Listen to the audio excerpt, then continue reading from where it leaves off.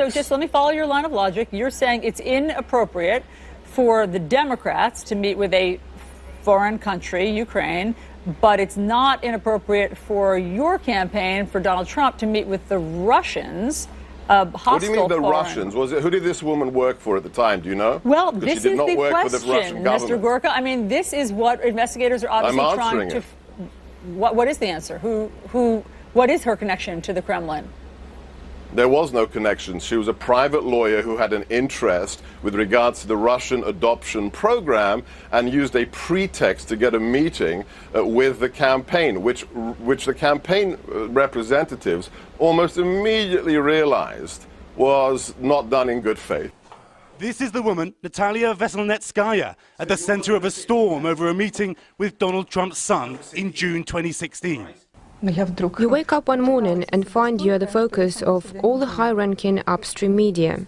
On June 9th, 2 weeks after Donald Trump secured the nomination, his son, Donald Trump Jr., along with Jared Kushner and former campaign chair Paul Manafort, met with the Russian attorney. In June, you met with Donald Trump Jr., with Jared Kushner, with Paul Manafort. What was the purpose of that meeting? I never knew who else would be attending the meeting. All I knew that Mr. Donald Trump Jr. was willing to meet with me. I could recognize the young gentleman who was only present in the meeting for probably the first 7 to 10 minutes, and then he stood up and left the room. It was Mr. Jared Kushner, and he never came back, by the way. And the other individual who was at the same meeting was always looking at his phone.